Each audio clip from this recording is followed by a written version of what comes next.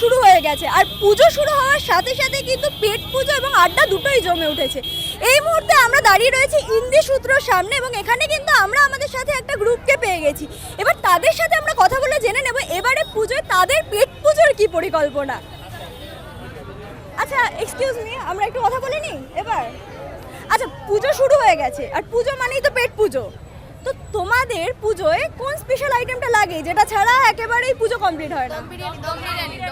তো আমরা যেটা দেখতে পাচ্ছি আমাদের বন্ধুদের কিন্তু দম বিরিয়ানি ছাড়া পুজো কমপ্লিট হয় না। আচ্ছা, পুজোর সময় বাড়ির খাবার নাকি বাইরের খাবার? একেবারেই বাইরের খাবার। চাইনিজ না মুগলাই না বাঙালি? ঠিক আছে, বাইরে তো আমরা খাবোই পুজোর সময়, কিন্তু বাড়িতেও তো একটু খেতেই লাগে। তো পুজোর সময় বাড়িতে কোন ডিশটা না হলে মনে হয় যে না পুজোটা ঠিক কমপ্লিট হলো না? আর পোলাও আর মায়ের হাতে চিকেন কষা। বেশ, আমরা দেখতে পাচ্ছি মায়ের হাতের পোলাও আর চিকেন কষা, যেটা আমাদের প্রত্যেক বাঙালিরই কিন্তু ইমোশন বলতে পারি। ওদেরও কিন্তু একেবারেই সেটা, ওটা ছাড়া পুজোটা ঠিক কমপ্লিট হয় না।